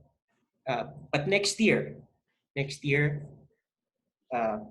will definitely be between the 2 to 4% range target. Just two comments before I ask the question. One comment is, would it not have been cheaper? Would not cheaper testing and ivermectin helps? Number two, one of our participants, Mr. Ocampo, says, people are going out. Last week, there were 600 guests in Balisin. Now, there is a question here for Dr. Medalla. Considering unexpected rise in interest rates in the US, what are your thoughts on our dollar-denominated debt and the impact on the country's GDP? Okay, the first question is how much the US will rise, and the way I read it, the Fed will step in if it rises too much. So we're not looking at a very large rise. Now, at the same time, a rise in the US rate will clearly cause Philippine T-bill rates to rise. And of course, the dollar-denominated debt issues to the Philippine government will, assuming we issue the Treasury issues this year and next year, the yields there will rise. But the rise in relative terms, interest rates will remain low, especially if measured in real terms. Remember, our inflation target is 3%. If T-bill rates are 6, if T-bond rates are 6, the interest rate is still not low. It's not high. So the real issue is whether lending will take place. So so I think no matter what the interest rates, if there's enough confidence that the virus has been under control, that plus some more fiscal stimulus, the economy will recover. But if for any reason, one of which is the virus evolves in a way that we did not expect, which is more vaccine resistant, more transmissible, and the government reacts by locking down the economy all over again, then I think I'm a lot more worried about that than the rise of interest rates in the United States. Now, of course, the peso will probably weaken when that happens. But then, since the peso is already too strong already, that may be a plus. So I do not. So one of the possible effects of the higher U.S. interest rates is money flowing back to the U.S. and therefore currencies like the peso will depreciate. But I cannot see it to the point where it will be disruptive of the baseline scenario. To me, the baseline scenario of growth is 5, maybe 6% this year, and 6 or 7 next year. The risk to that growth is largely connected to the virus and how ham-fisted the government is in trying to contain it.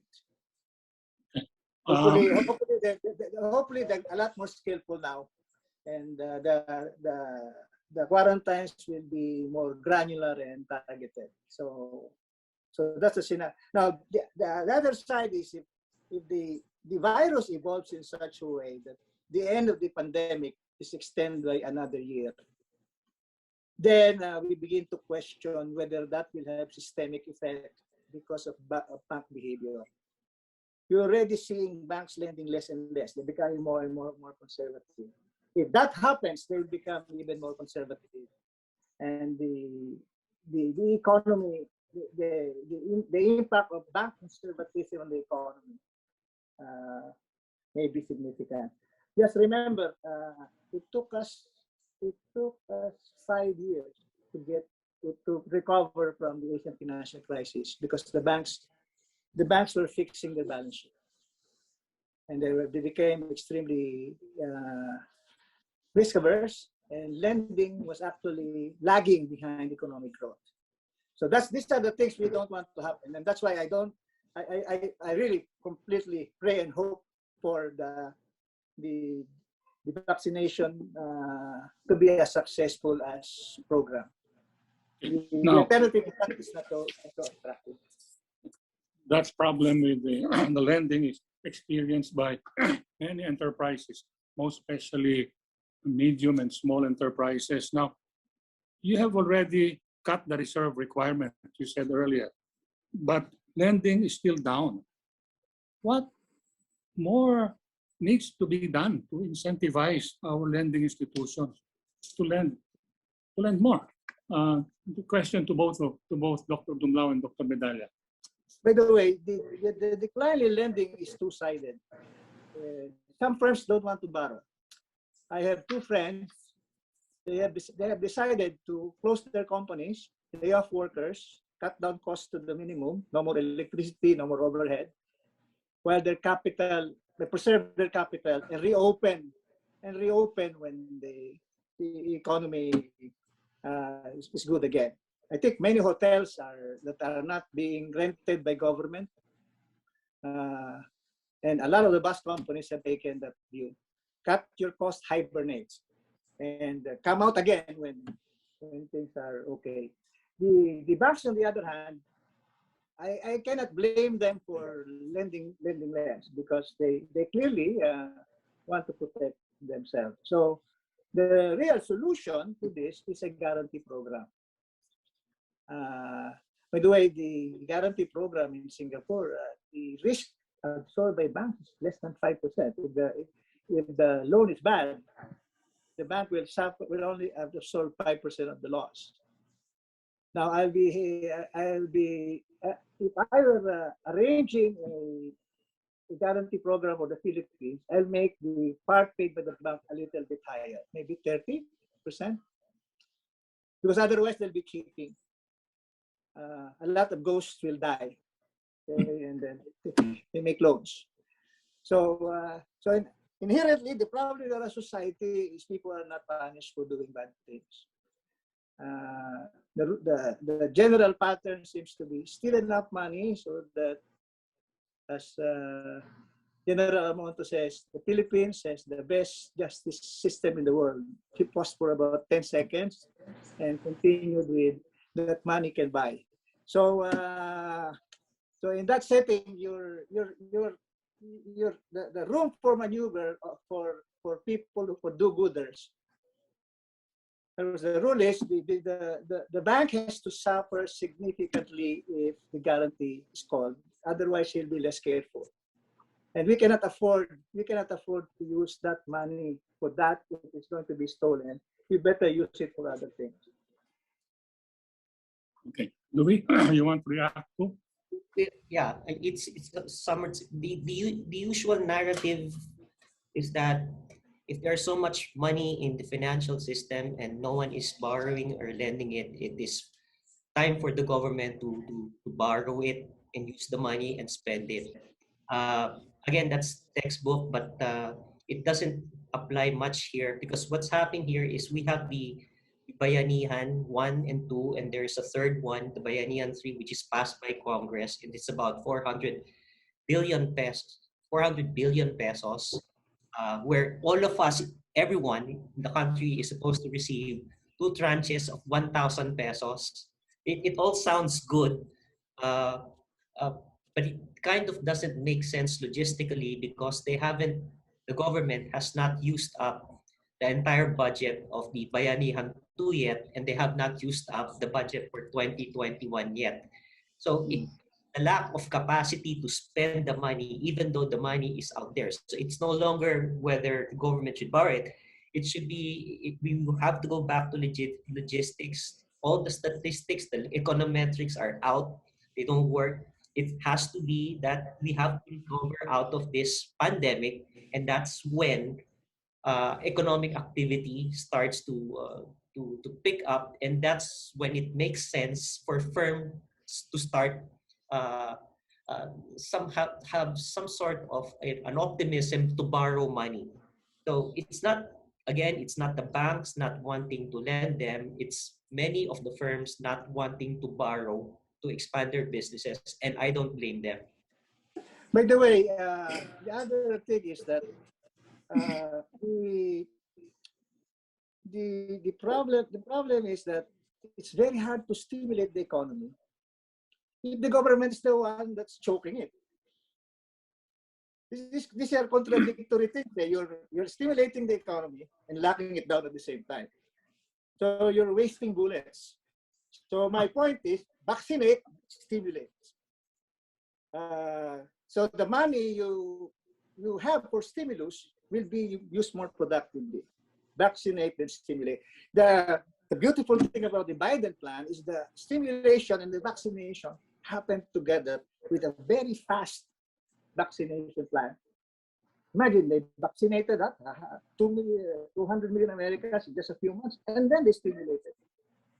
So I think that should be the right sequence. So meanwhile, what should the government do when stimulus doesn't make sense because the government itself is the one holding back the economy because of its fear of the virus?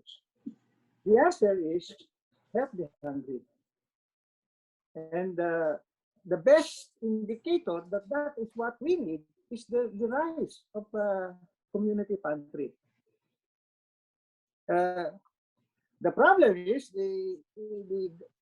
for some reason, some people took it very negatively and associated it with the left. So I guess as a private citizen, my feeling is if I see a community pantry that I trust, I will put cash to it. So, but on the other hand, the other way is the government just gives money to the poor. So so at least they will not starve, right?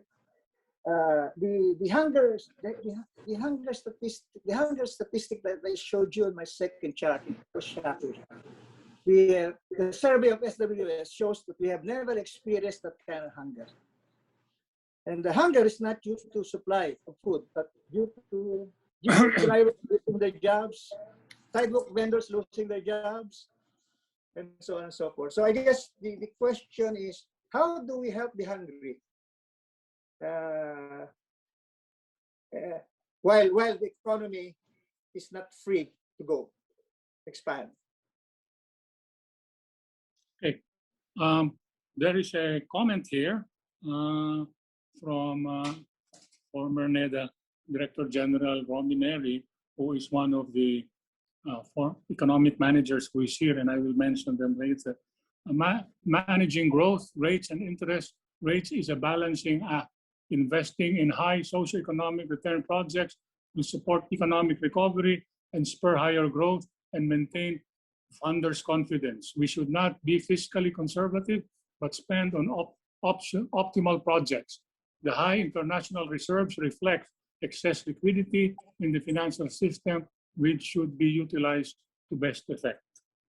That's any comments on that, or would you? Well, the biggest, I've been in NEDA, and I used to joke that we are an oversight agency because we overlook a lot of things. But the biggest weakness is the project development and execution.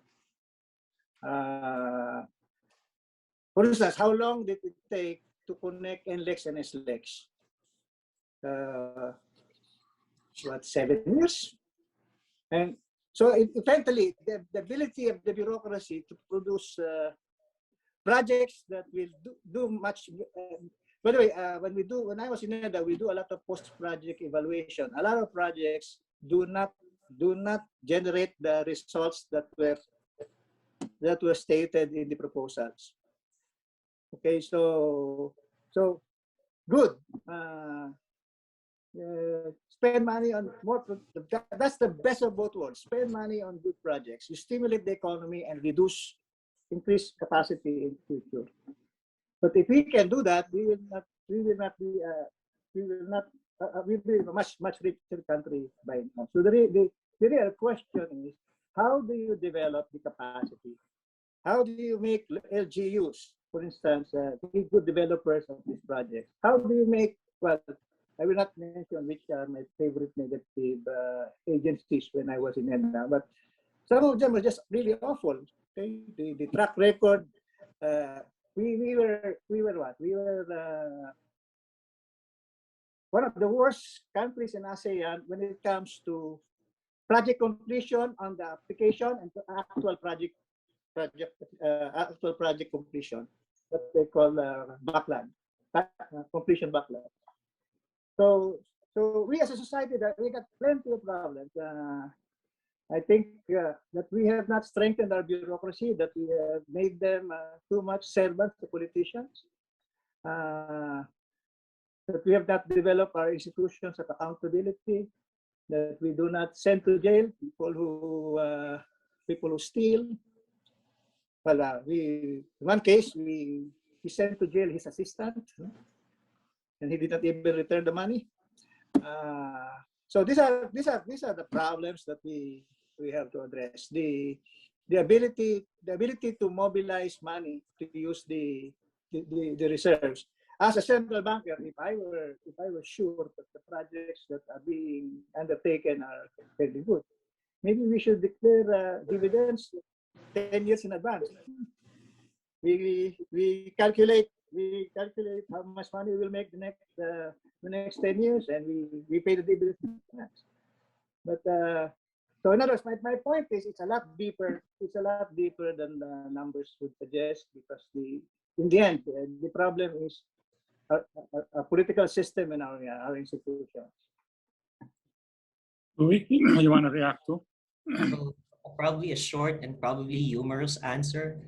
Secretary Philip and I are just economists, but no one is perfect. So maybe I joke around, maybe NEDA should not be run by economists, but rather be run by MBA people, secretary, who are in the business of implementing rather than talking about. That's all I have to say about that. Okay, thank you.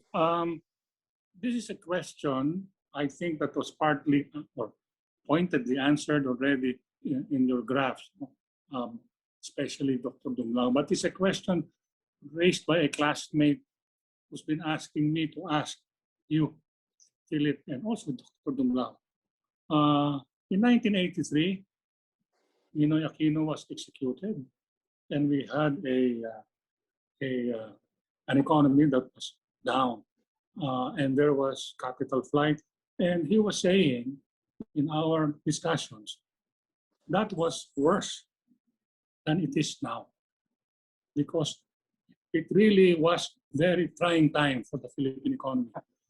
Those of you who were around, Yeah. would you give your thoughts on this? Well, by the way, I was college secretary of the School of Economics, and people were stealing the flushing mechanisms of the toilets. And people were stealing the door locks. That's how bad it was. And the people putting air into my tire is now a grown man, was a grown man rather than a child. So that tells you how bad it is. Because it was a 7% contraction 2 years in a row. So if you count by 2 years, after 2 years, the economy was less than, well, it's about 82% of what it used to be in just 2 years. Now, in our case, our economy is already 91% of what it used to be. So there's no comparison. In addition, it destroyed a lot of banks, including the central bank. And that's why we got the Bank Central. The center of the Philippines literally went bankrupt. It's required to creation of a CB ball that absorbed the losses of the old central bank. So these are the things that no matter what, there's nothing that compares to that period. But nonetheless, this one is worse than the Asian financial crisis. This one is worse than the global financial crisis. So you have in fact, unless you go back to the war, after the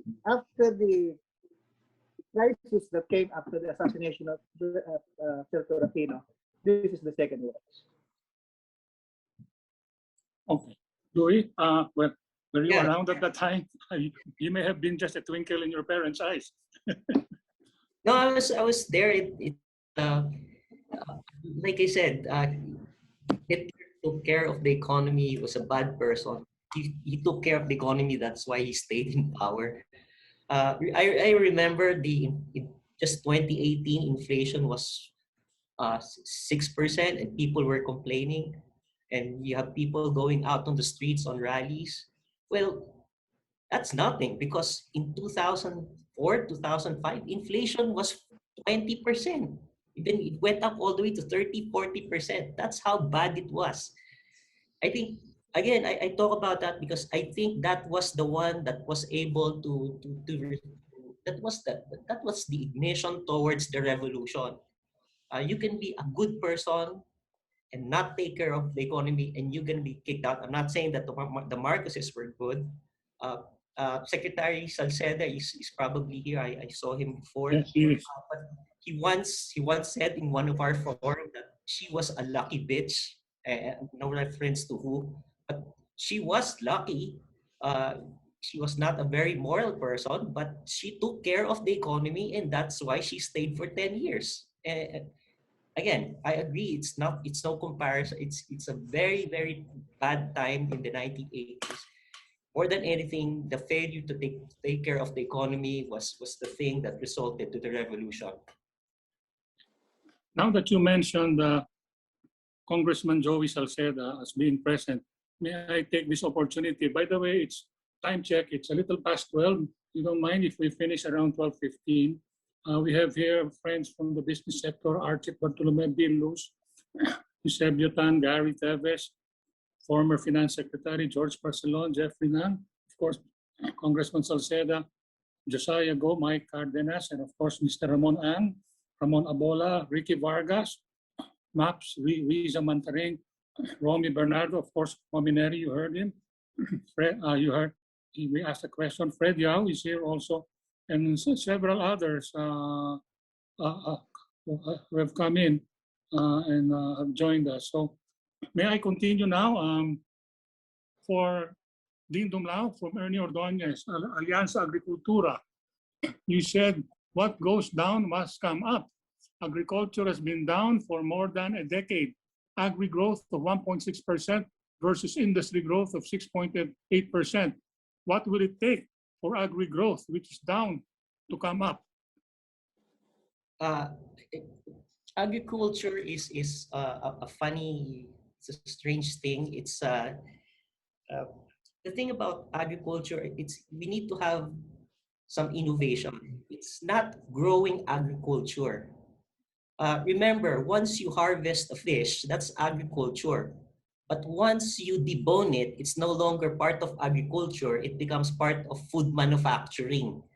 So I don't think the solution is to have more harvests in terms of fish, but to put value added in that product.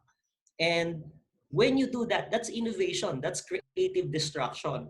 And when you do that, the fisher folk, in a sense, his output or her output in terms of the harvest of the fish does not necessarily increase. And therefore, statistically, there will be no increase in the growth of the harvest, but there will be a growth of income once that farmer or fisher starts to put value added on his or her product. For example, by deboning the fish, which essentially he or she becomes a manufacturer also. Well, Popoy, can I Yeah, say go ahead. something? Please, That, please, yeah. I was going to address it to you too. The problem with agriculture, we are married to a romantic story. I remember this because I've listened to my mother's song and sa kabukiran, life in the barrios are happy. Walang kalungkutan, bawat araw kaligayahan. No? The problem is we have romanticized the rural area when in reality, if you're somebody who knows the science of plants, you would not like to be a farmer. You don't want to be a farmer tending 1 or 2 hectares. You're better off working for a call center. Okay, so the idea that the land to the tiller idea, which if you follow that logically, will make farms smaller and smaller and smaller. We have to get away from that. But the other societies prevented the problem from arising by having primogeniture. Like the oldest son inherits the farm, and the second son joins the army. Okay, that's England, you know. So I think we have to think that we must involve bigger players in farming, and of course the adjustment is going to be painful because what do you do? What do you if you actually need just 1 person rather than 4? What will you do with the rest? Now, fortunately, the farmers are aging, so we can let as they retire from farming or they die, the children will have to replace them, and the better farmer can consolidate and have bigger plots and more productive plots. The other Philippine romance story is we will compensate for the small farming through VA helping them. Pardon my apologies to my friend who is the head of, who's now Secretary of DA, and Ernie Ordonez. The track record of DA is awful. They should be in application of science and technology to farming with the real public policy. Instead, they want to be in allocating quotas, right? So we have, and then the over concentration of rights. So of course, the transition is not going to be easy because someone will be hurt. And in theory, the government can use its money to help those who will be hurt by the transition. Again, who do you trust to run the transition process? So I'm back to my old team, which is in the end, it's institutions and governance that limits the size of the solution set or the feasible set. So that's a very long-term issue. That how do you incentivize politicians and bureaucrats to do the right things? So I think, by the way, America with all its with all its Nobel Prize winners elected Trump out of frustration. So it's not just us. Okay, so meanwhile, my own answer is, if you do not have those systems, you might as well give away the cash. Of course, even that is risky because money can be lost. Okay. Thank you. Last two questions. The comment here is, did the Philippine economy... I would Sorry. like to add that whatever I'm saying are not necessarily the position of the Senate Official. Bank. Yes. I should have We said know. this from the very beginning. No, No, but we're happy you're very candid. but these are age-old problems of society that have to be solved, or in the case of other countries, never solved. Al, sorry, Philip, this is a question from Al, our friend Santa Clara. Did the Philippine economy, quote unquote, drop down a category in 2020 with the economy contracting 9.5%, lockdowns causing business slowdown, increase in unemployment and underemployment, etc.? That's the question. Well, it depends where we are being categorized. For instance, we have the so-called competitiveness index. We've been going down there, we've been sliding there even before COVID. Ease of doing business and things like that. So we'll be poorer, and but I'm not so worried about our ranking with respect to the words in these official rankings. I'm more worried about, because of COVID, a lot of companies will have relocation plans. They don't necessarily want to be in China, for instance. Okay, especially the Japanese. The question there is, when they're choosing between Vietnam and the Philippines and Indonesia, which will they choose? So to me, that's what scares me, that as the world rearranges post-COVID, we should try to maximize a gain from the rearrangement of the world. We are in an excellent position with respect to business processing. For instance, Citibank is consolidating and closing down a lot of places, but they have an office here that handles work for their operations outside the Philippines. The same thing is true with Deutsche Bank and JP Morgan.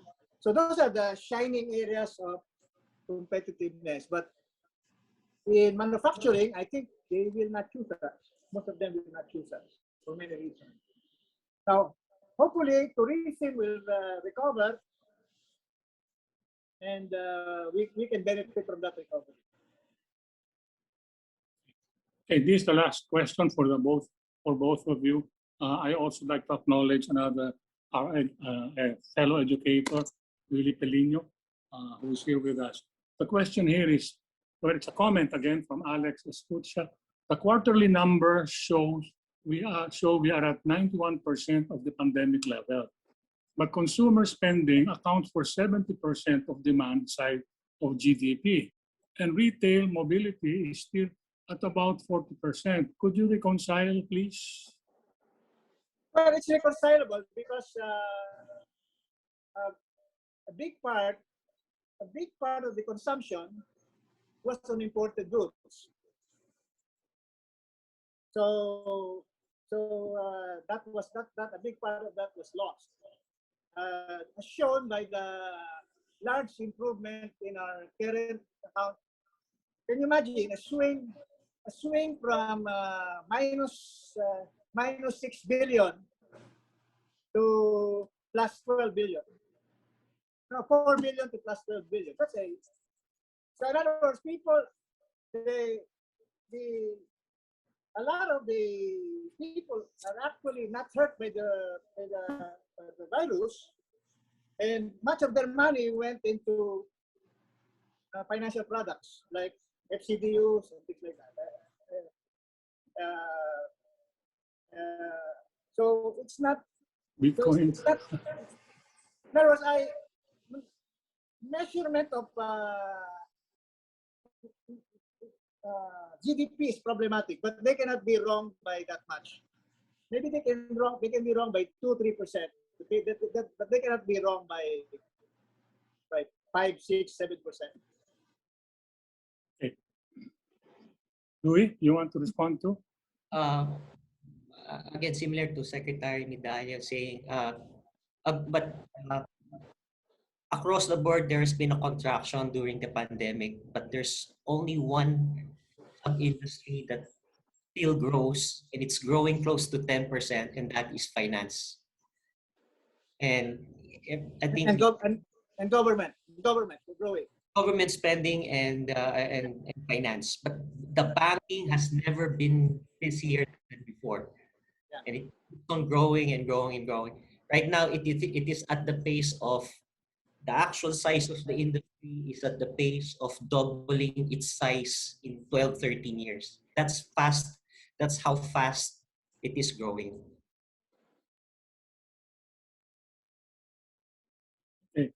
Okay.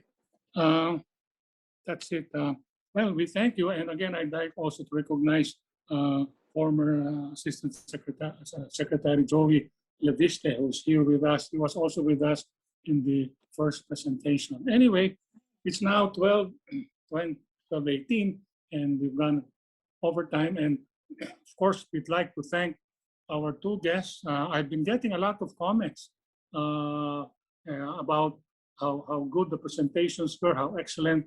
And if I were to read them, we'll really go over time. So I'd like to thank both Secretary Medalla and Dr. Louis Dumlao and Ernie Ordonez for bringing Dr. Dumlao to our attention to include in this forum. We thank you for that. And we shall have another forum in the next 11, 12 days, depending on the availability of the speaker. So we'd like to thank you, and please enjoy your weekend or what's left of it after spending time with us here for more than 2 hours. Maraming salamat. Good day. God bless you. Thank you.